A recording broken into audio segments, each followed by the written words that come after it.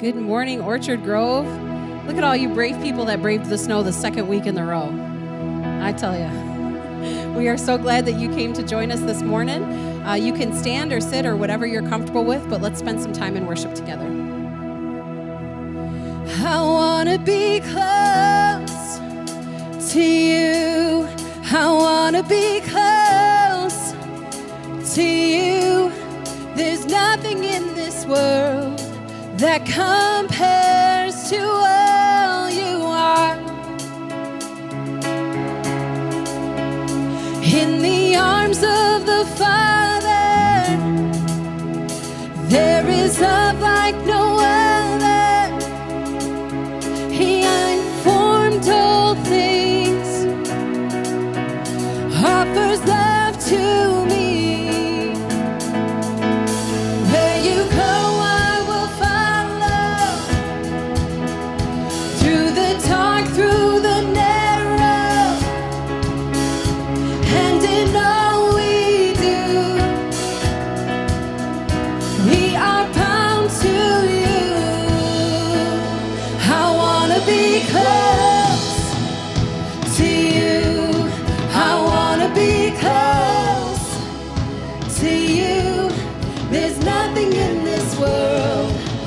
Compares to all you are.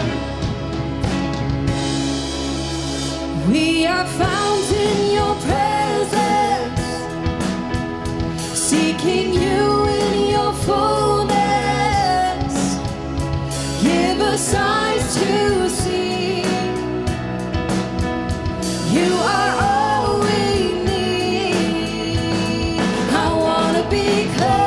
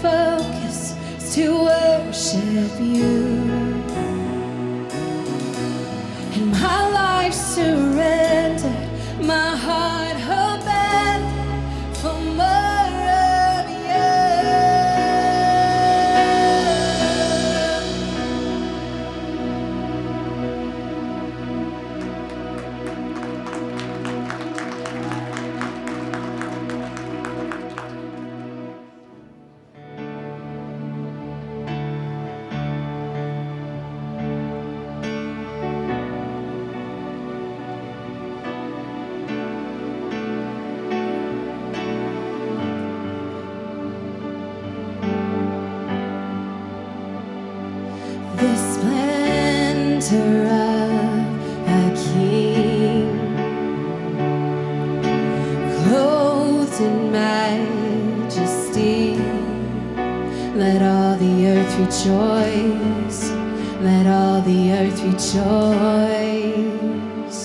He wraps himself in light. Darkness tries to hide. It trembles at his voice. It trembles at his voice. Come on, can we sing How Great? How great is our God. Oh, sing with me. How great is our God. And oh, we'll sing how great is our God. And age to age he stands. Time is in his hands. Beginning and the end. Beginning and the end. The Godhead three in one. Father, Spirit, Son. The Lion and the Lamb. The Lion and the Lamb. How great is our God. Oh, sing with me. How great is our God. Oh, we'll sing how great is our God. He's the name above all names. He's worthy of all praise. And my heart will sing how great is our God. Sing it again. He's the name above. He's the name above all names. He's worthy of all praise. And my heart will sing how great is our God. How great is our God. Sing with me. How great is our God. I will sing how great is our God. Come on, can we sing that again together? How great is our God. Sing with me. How great is our God. I will sing how great is our God.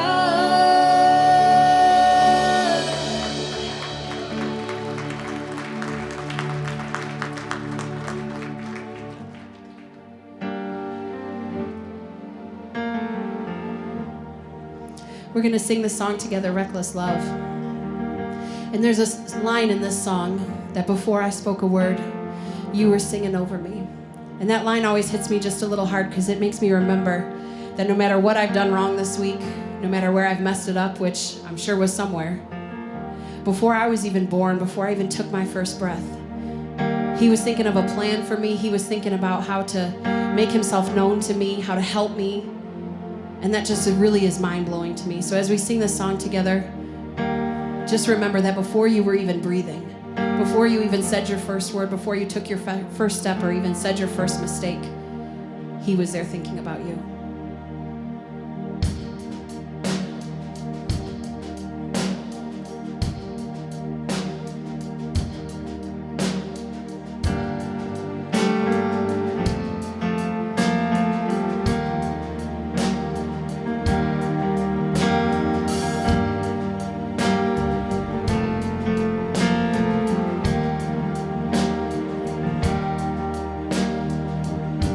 For I spoke a word,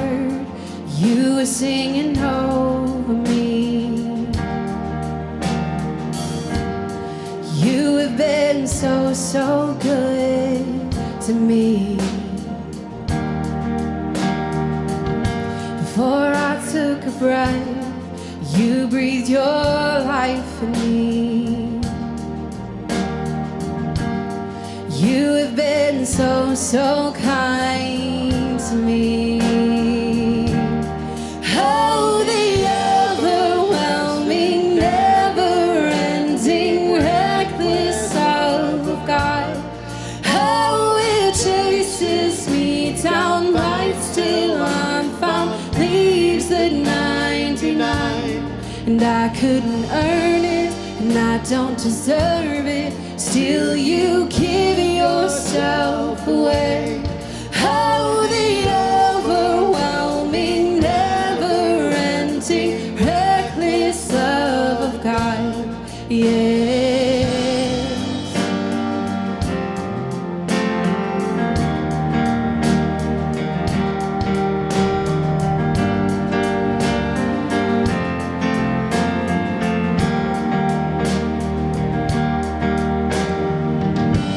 When I was your foe, still your love fought for me. You have been so, so good to me. When I felt no worth, you paid it all for me. And you have been so, so kind to me. Oh, the overwhelming, never-ending, reckless love of God. Oh, it chases me down, flights till I'm found, leaves the 99. I couldn't earn it, I don't deserve it. Still you give yourself away. Oh, the overwhelming, never-ending, reckless love of God.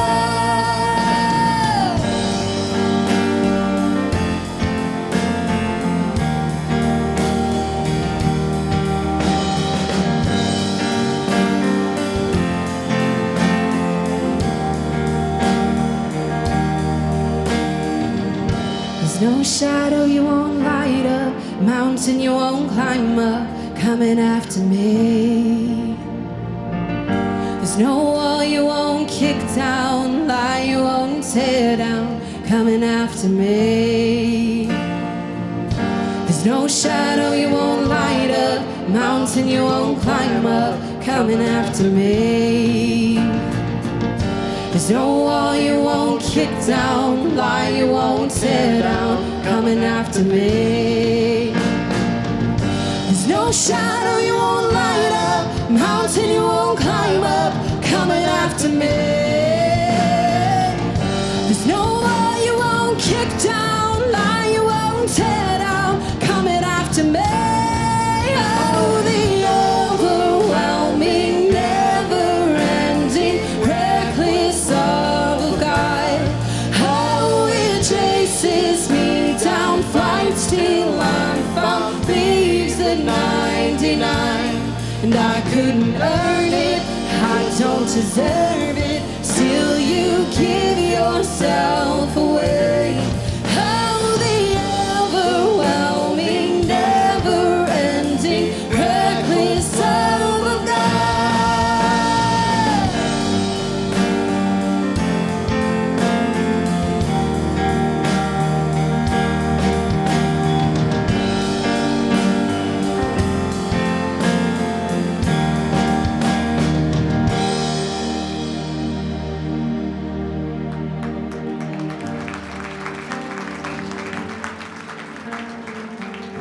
Father, we are so grateful for your never-ending love this morning. We are so grateful that you light up shadows and kick down walls just coming after us. There is no love like your love. We thank you for it this morning. You can go ahead and have a seat. Why don't you say hello to the person next to you? We are so glad that you're here. Welcome to our online guests from wherever you're watching from. We are glad you are here with us.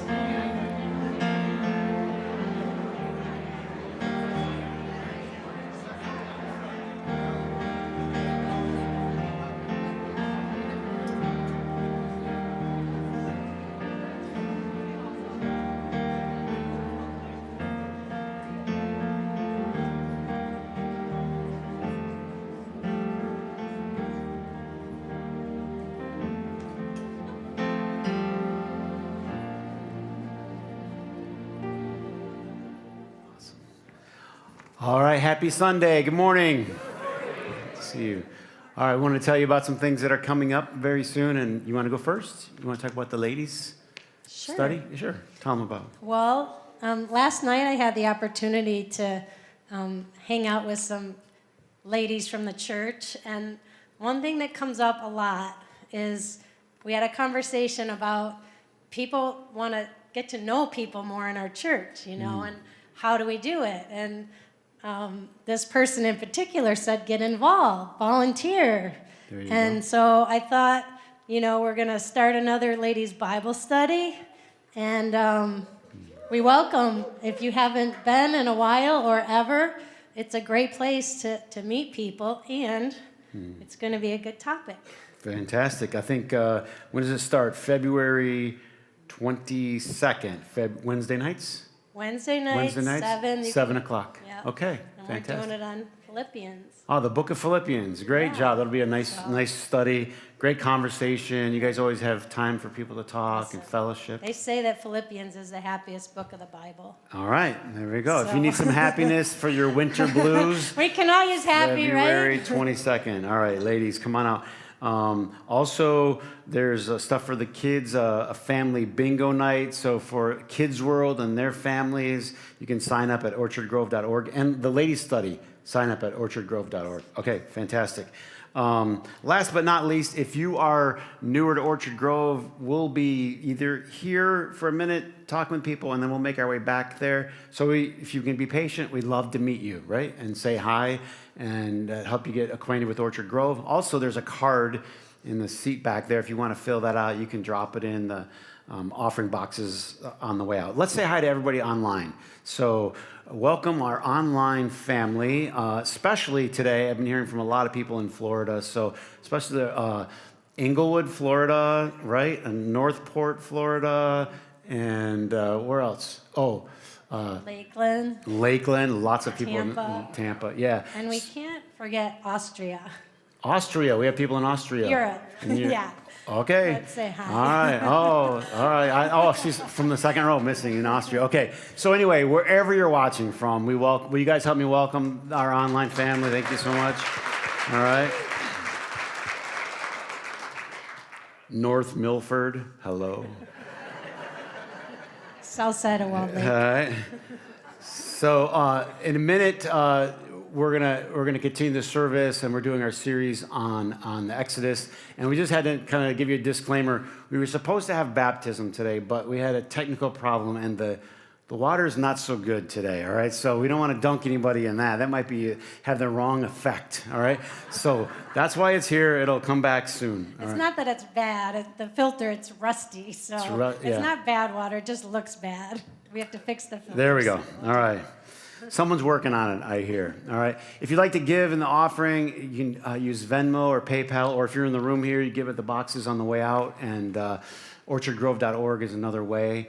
And I just wanted to thank you guys. We have some more reports to give you. Like, we want to give you a report on all the stuff you did for the Christmas gift away, giving all of the bags and socks and underwear to the foster families in our own community right here. And I know you guys dropped off just a boatload of stuff. And so we'll give a picture maybe next week or a week after, and we'll give you guys a little report on that. And we're going to give you another update on Kids World Uganda, all the great stuff that's happening there. But what we did this week you gave so much money that not only do we pay the guys rent for 3 months, we just bought him the building. How many know that's the way the Orchard Grove does? It's like, here, take this orphanage and just own it. You never have to have a rent payment in your life again. Isn't that amazing? And now so much more can go to those kids. And so with the extra money, we were able to pay the school fees for all these kids for their next semester. So good job on you. Doing good in the world. Doing good in the world, that's right. And so we're going to send you some pictures of that in the days and weeks ahead. All right? Thank you so much. You're the best church I know of on planet Earth. I love you guys. Enjoy the service today.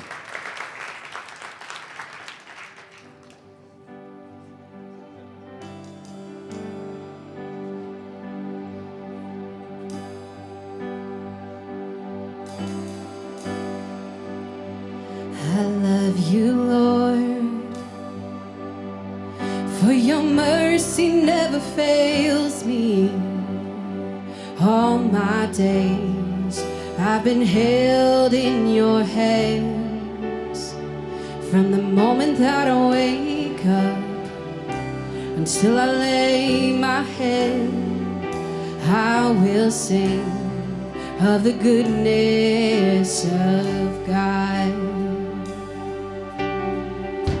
'Cause all my life you have been faithful. All my life you have been so, so good. With every breath that I am able, oh, I will sing of the goodness of God. I love your voice. You have led me through the fire in darkest nights.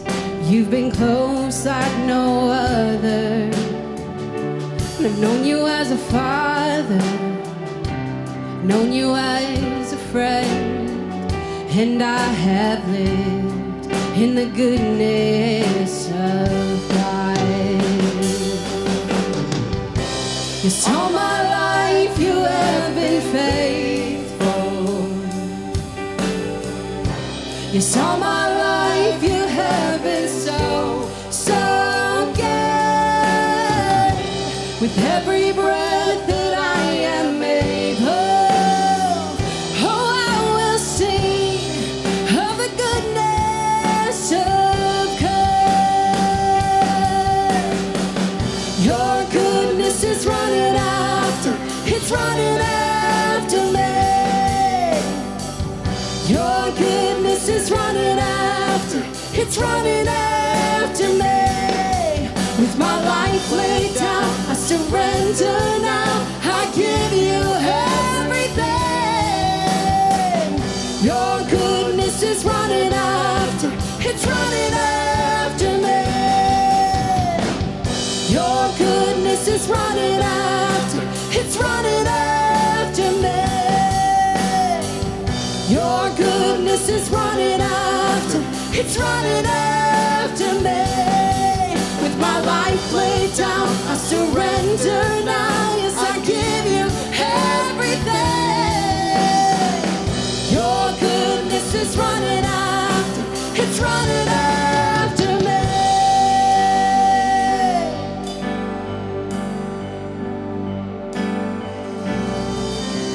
It's all my life you have been faithful. All my life you have been so, so good. With every breath that I am able, oh, I will sing of the goodness of my God. Oh, I will sing of the goodness of God.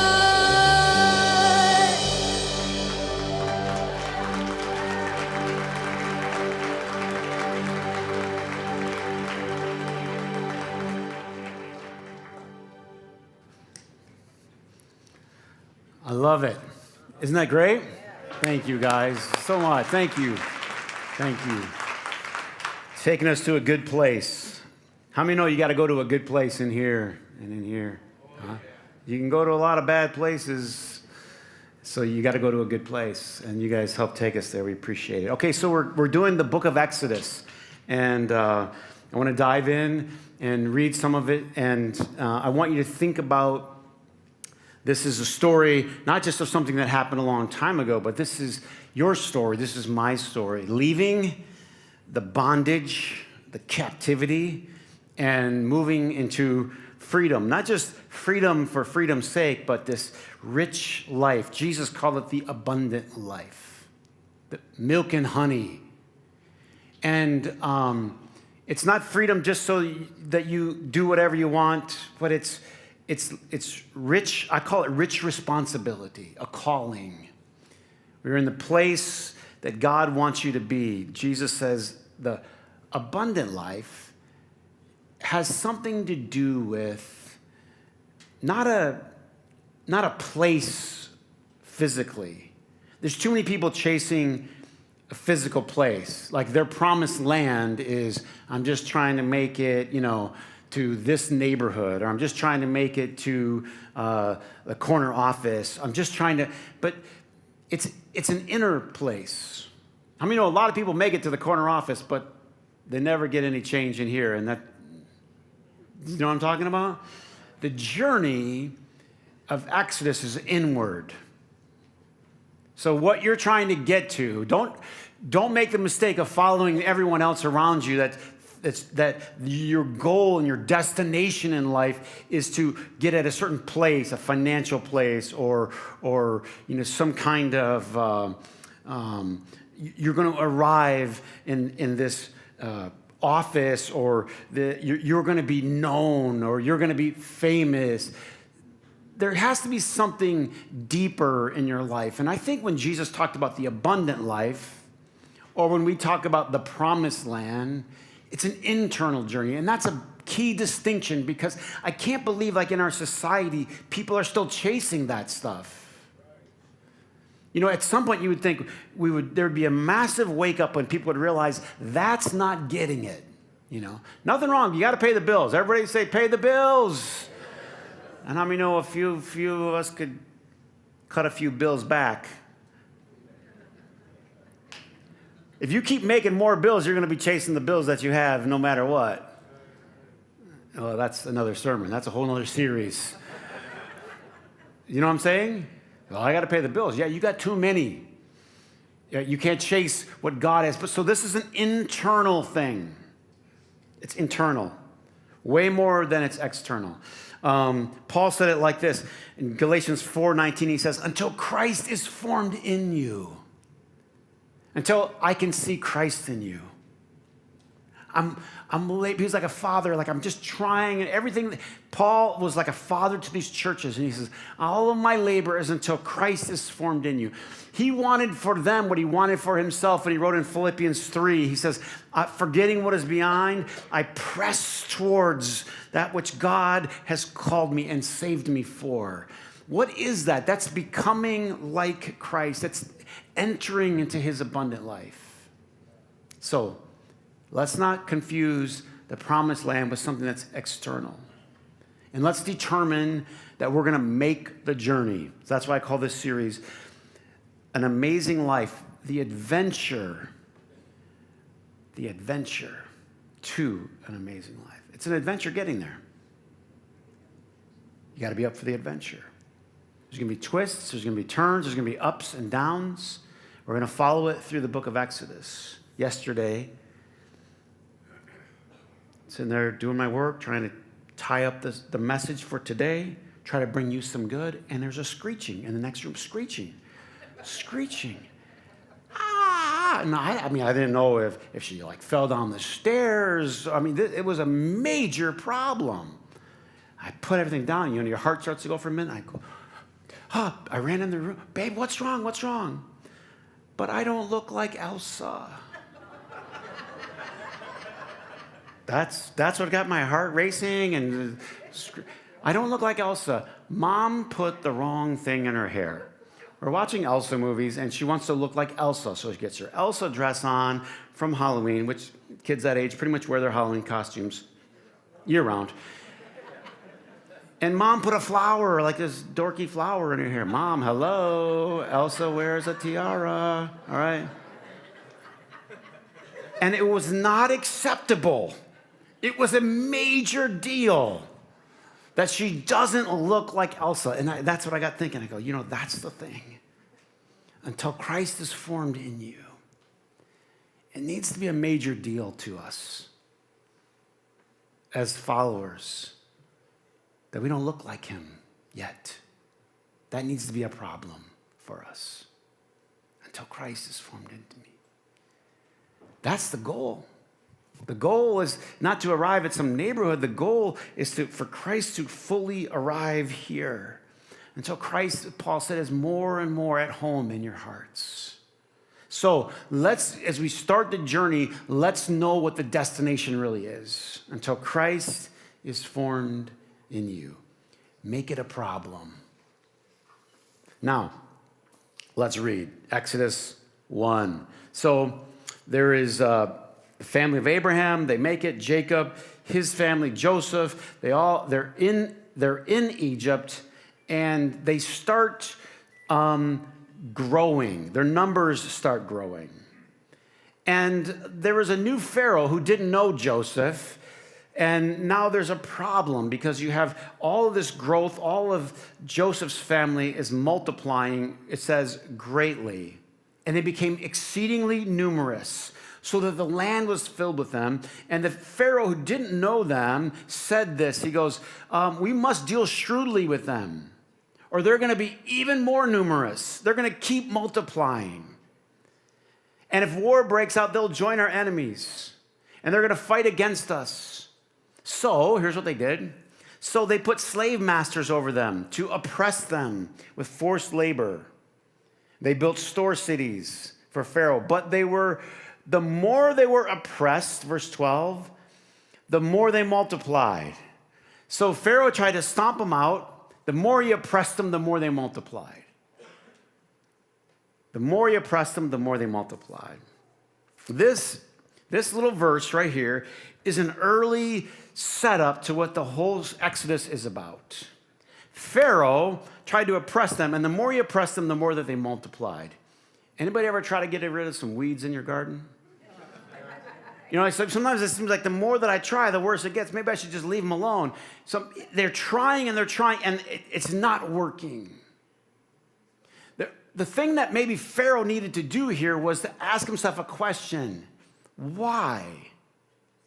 But Pharaoh's stubborn, and so he doubles down. Anybody ever double down and you were wrong? You got an old junky car, and you're like, do I get rid of it? Do I just sell it? Should I just sell it? This thing's going bad. Should I just sell it? Does anybody have these problems that I have? Like, I wrestled with them for ages. This is what I spend most of my time thinking about. Should I sell it now? And then I go, but if I put money into it, it could be better. And then, anyone ever double down on a junky car? And you put $2,500 into it, and then you had to sell it the next week anyway? Pharaoh he's got to make a decision here, and he doubles down. He goes, no, let's oppress them even more. And let's force them. I'm making a new edict. He goes to the midwives, and he says, if there's a male baby, you throw him into the Nile. He doubles down. What was the lesson? What was the lesson he was supposed to get? I think the lesson was that you're fighting against God here. It doesn't matter how much more you keep doubling down. You're on the wrong side. Yesterday, I had a brilliant idea. Well, it was brilliant for a minute. And it was one of those nice winter days. It seemed like, at least at our house, it was kind of like soft, little bit of tiny snow. And I thought, we had a relatively relaxed day. We haven't had one in a long time. And I thought, I'm going to make a little winter fire in the backyard. So I got this little fire pit, and I put it real close to the porch, and I was going to make it nice so Charlie could play a little bit, and Mom could come out and have a coffee. And so I put it right next to the porch. Here's the porch. I put it right here. And I didn't burn the house down. Just relax. So you don't know where my story's going. So I will tell the story. All right? Y'all listen. Put it right here. Far enough away that nothing caught on fire. Thank you. Can I just tell my own stories? For once, it was far enough away. And I was all excited. I put coffee on. I was going to make a really nice fire. And Vicki and I were going to be able to just talk and then watch the falling snow and our daughter running around in the backyard.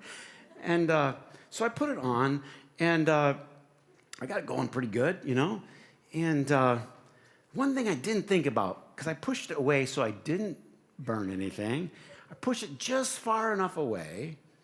It's where the roof line hangs out. And the roof line's full of snow. And the more heat you get, the more the snow likes to melt. And so the water started going down on my fire. not to be deterred. I will overpower. Does anybody know what I'm talking about? I will overpower this with more fire. Charlie goes, what are you doing, Dad? I said, I'm making fire. And I just kept getting more paper and more sticks and more paper. And the more fire I got, the more it melted and put the fire out. How many know I'm a little bit stubborn? So that's it. More wood. I went and got more and more and more. And there was so much smoke. It was just coming on. It was like everybody's trying to have this nice, relaxing, romantic thing. There's smoke and there's ashes going in our coffee. And how many know sometimes you need to give up and move? You need to give up and move. What did I need to do? We woke up this morning and Charlie goes, Dad, the fire went out. I go, I know. You're fighting a losing battle here. This is not. You're going against God. Pharaoh's stubborn, so he just keeps doubling down. But sometimes we do the same thing, don't we? You're doing something, and you thought it was a good idea, and you went after it, and you had your reasons. These are really bad reasons, but who's ever had bad reasons for doing something? Looking back. And the more he oppressed them, the more they multiplied. The more fire I made, the more it rained on my fire. It reminds me of a story in Acts. The early church, they would meet. They met up in the temple in an area they called Solomon's Colonnade. There's these huge columns that was right by the temple. And they met there, and they would teach, and they would heal. And all these people started following. And the chief priest didn't like it because it was like bad for business. It'd be like if you set up a little hamburger stand in the McDonald's parking lot. You know what I'm saying? Solomon's Colonnade is like too close. And probably the manager's going to come say something to you. Are you with me? So the chief priest says, no, this probably isn't going to work. And then they eventually said, well, hey, we have to speak for God. We can't obey you. We got to do what God tells us to do. And so they lock him up. But the problem was when they locked him up, this angel comes and just lets him out. And instead of like you and me, like if we were in jail praying, you got locked up, please God, send an angel. There's an angel. The door open. What would you do? Go back to where you're going to get arrested or go home? Go home. That's what I would do. Chicken Little, right? They go right back to where they were and start doing their thing again, right back in the parking lot. Solomon's Colonnade. Start teaching and healing and doing it. Finally, they get upset and they said, we have to deal with these guys. And they get their chief council together, the Sanhedrin, they call them, 70, the rulers, and the chief priests, and they say, we need to stomp this out. We need to deal with it. And they get everyone together. They call these guys in. They're going to figure out how they're going to deal with them. And it says there, they heard these guys saying, we have to do what God tells us to do. I know this is what you're saying, but we have to do what God tells us to do. And they're like, we need to stomp these guys out. We'll kill them. Now, listen to this. A Pharisee named Gamaliel, a teacher of the law, who was honored by the people, he stood up. So one of the council members stood up. Now listen to this. And ordered, he says, put the men out for a little while. He says basically, can you guys give us a minute? Peter, James, the apostles, all these guys, like, they're on trial. But why don't you guys go in the hallway? Let me talk to everyone here. He's got this council of 70. The guys who own the franchise. Can we chat a little bit? And he was respected. Then he addressed them and he said, men of Israel, consider this. What you intend to do to these men. They were going to kill them. Some time ago, Thaddeus appeared claiming to be somebody, and 400 men rallied to him. He was later killed, all of his followers dispersed, and it came to nothing. After him, Judas, a Galilean, appeared around the census time and led a band of people in a revolt. He too was killed, and his followers scattered. Therefore, in this present case, I advise you. This is a good line. This is a good line. In this present case, I advise you. Leave these men alone. Let them go.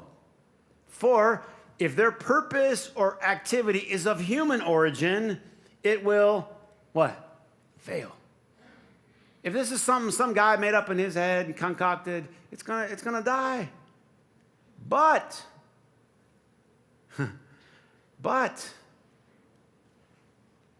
if it is from God, you will not be able to stop it. You will only find yourself fighting against God. What a deep thought. First, if this is a human thing, it's gonna fall apart. But if it's God, you're gonna kill yourself trying to stop it. It doesn't matter how much paper I kept adding to that fire. All I was doing was making smoke and misery because I was fighting against something too big. We need to ask ourselves different questions. When things aren't going well, sometimes you have to ask this question: am I doubling down against God? Oh, by the way, these people all had God credentials.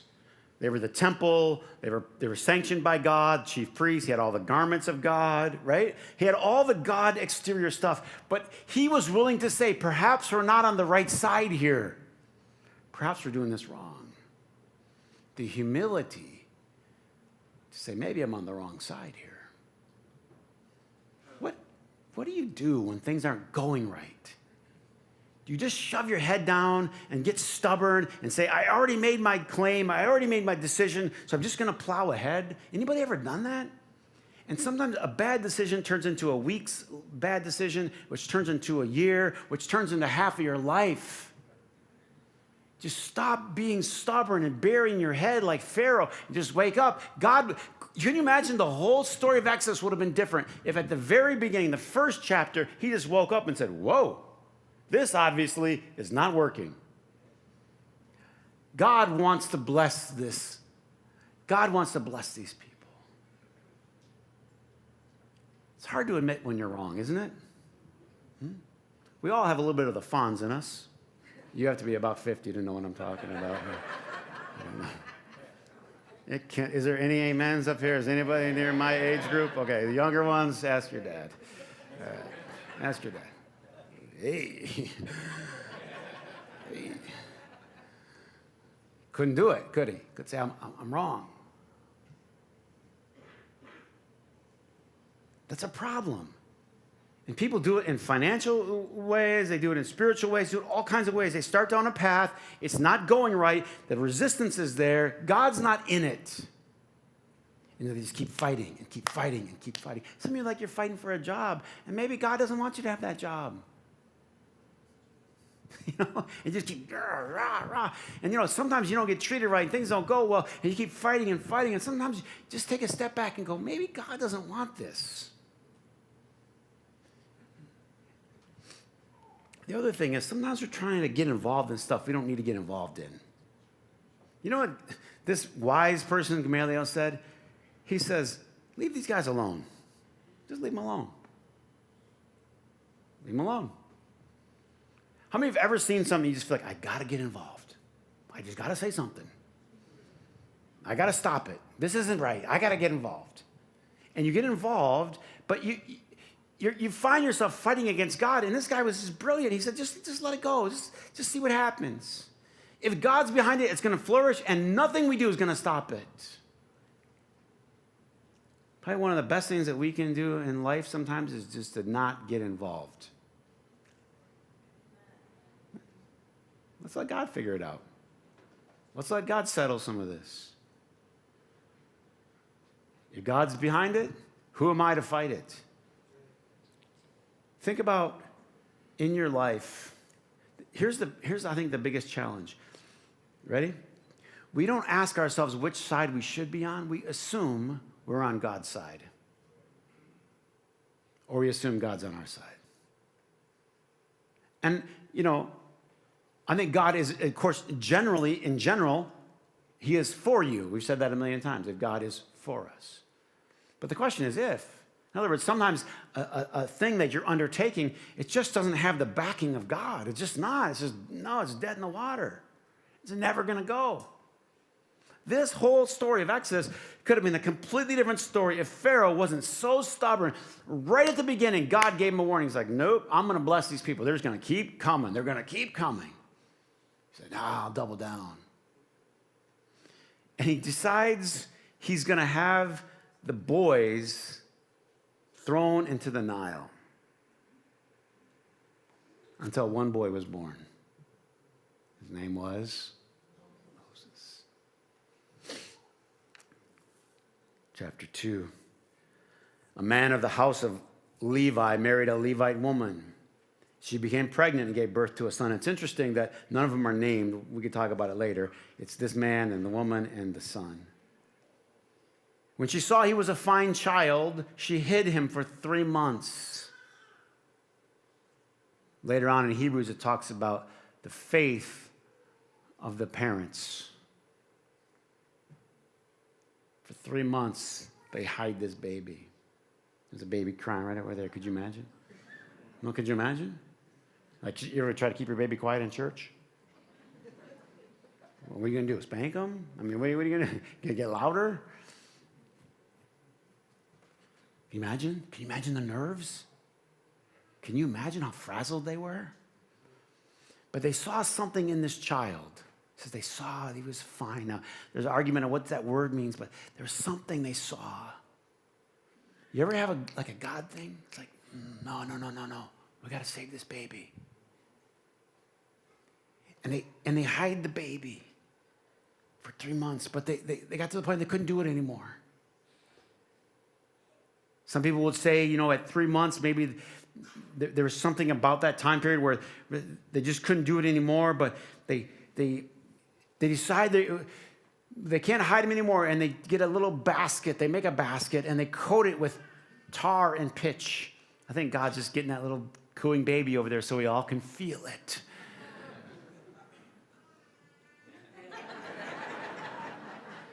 Can you imagine how tense you'd be?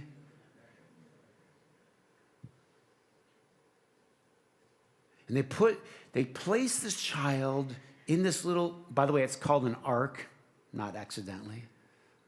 Another huge saving story comes through an ark, through the water. They put the baby, could you imagine? 3 months. How many know we owe something to our moms? Huh? I mean, this is a Mother's Day message right here. Thank you, Mom. Huh? All that they do. And then what the moms always end up doing is then they always end up floating us out there. They do. They got to float them out there. And it says, she could hide him no longer. She makes this basket. She puts the child in it, places him among the reeds of the Nile. His sister, I don't know if the his is the baby sister or the man's. I kind of think it's the aunt.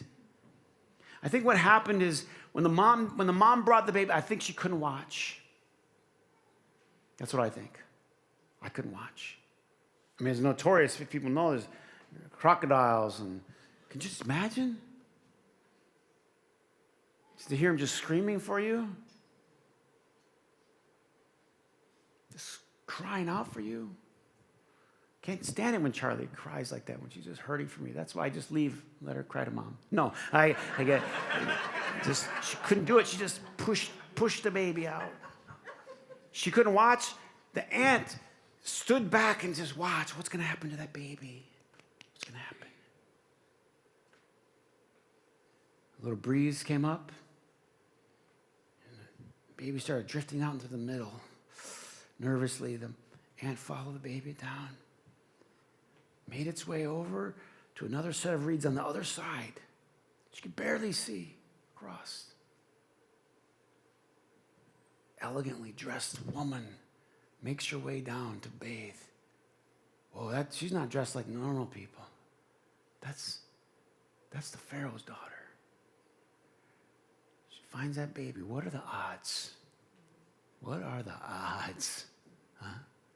What are the odds that the baby is not just stuck there and just dies of exposure? What are the odds that the crocodiles don't get it? What are the odds it doesn't flip over and drown? What are the odds that she ends up in the lap of Pharaoh's daughter? What are the odds that Pharaoh's daughter decides to keep her? Him. But what we've been saying today, all day, is this: if God's behind something, it's going to work. If God's behind something, it's going to work. Don't worry about the odds. God's behind it. How? Well, all kinds of little miracles and coincidences. You ever have some like crazy coincidences in your life? And you're like, man, I don't know, that smells like God to me.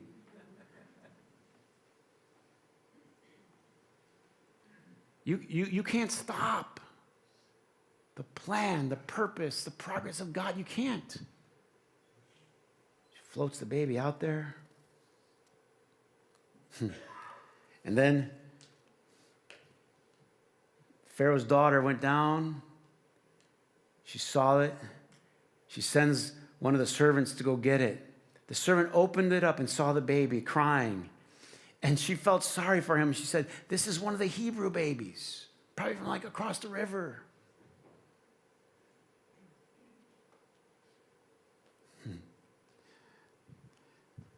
The girl is watching. She makes her way across the river. She sees the whole thing happen. They save the baby. Humbly, she approaches and she says, I saw that you kept the baby. Do you want me to get one of the Hebrew women to nurse it for you?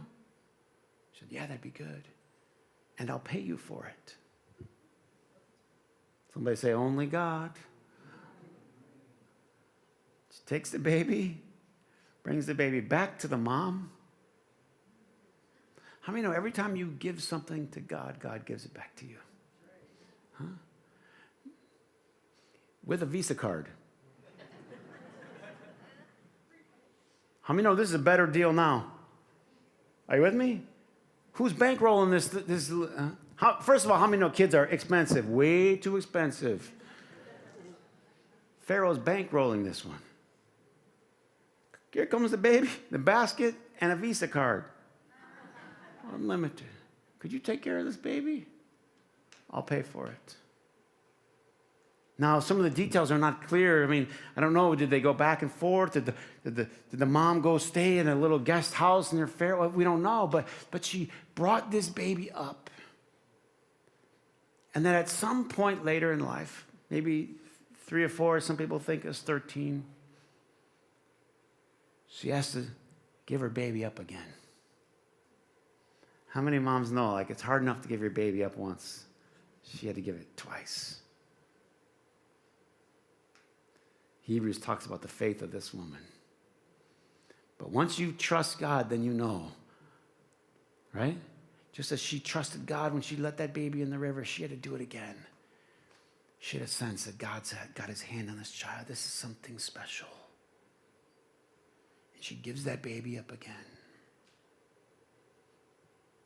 All of us, you know, we have our babies, right? Something you gave birth to. It could be literally your child. It could be your special project. It could be, you know, your business that you built. It could be whatever. But boy, it's tough to float that thing out there, isn't it? Give it to God. Say, here, God, I give it to you. I can't bounce it on my knee anymore. I can't control this anymore. I gotta. Once you let go of that baby, she's completely out of control, right?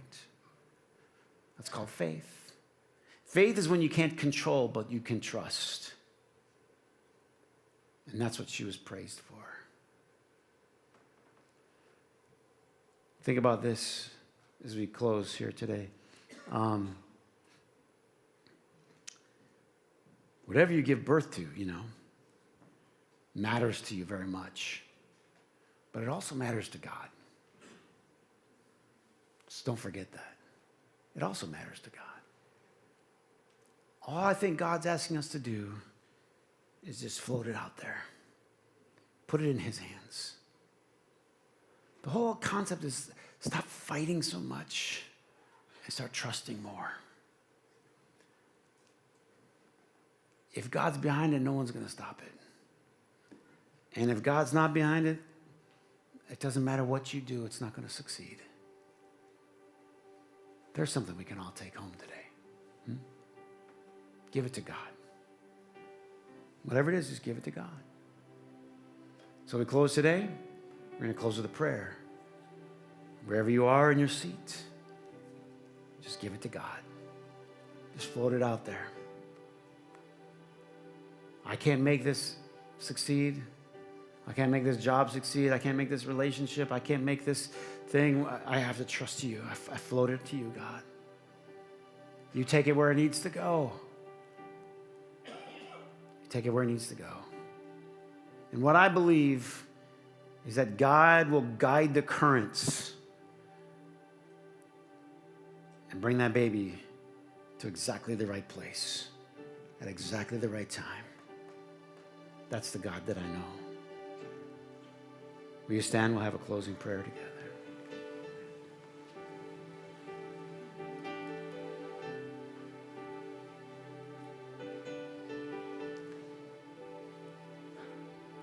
God, we just pray, first of all, you'll give us the courage when we need to stop pushing and probing, because you're not behind it, you're not in it, you're not for it. Give us the courage to let go of some stuff that we've been pushing too hard for. Just to wake up and realize that you're not pushing for it. God, give us the courage to take the things that are dear to us, that we worry about, care so much about, just float them on the river. Trust you to guide. Knowing that you'll bring back the best. You'll bring it back to us in good time. In Christ's name. We're going to sing a song. You're going to do a song for us. We're going to do a song together. And then we're going to dismiss you. Join in.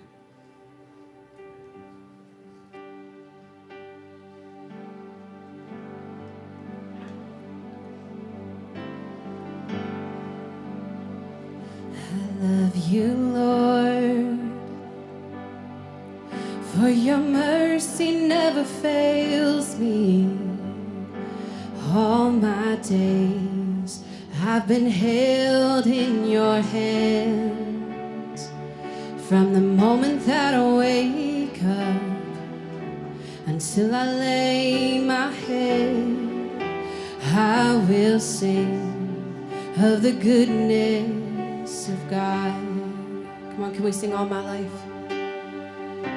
'Cause all my life you have been faithful. Yes, all my life you have been so, so kind. With every breath that I am able, oh, I will sing of the goodness of God. Your goodness is running after, it's running after me. Your goodness is running after, it's running after me. With my life laid down, I surrender now. I give you everything. 'Cause your goodness is running after, it's running after me. Your goodness is running after, it's running after me. Your goodness is running after, it's running after me. With my life laid down, I surrender now. Yes, I give you everything. 'Cause your goodness is running after, it's running after me.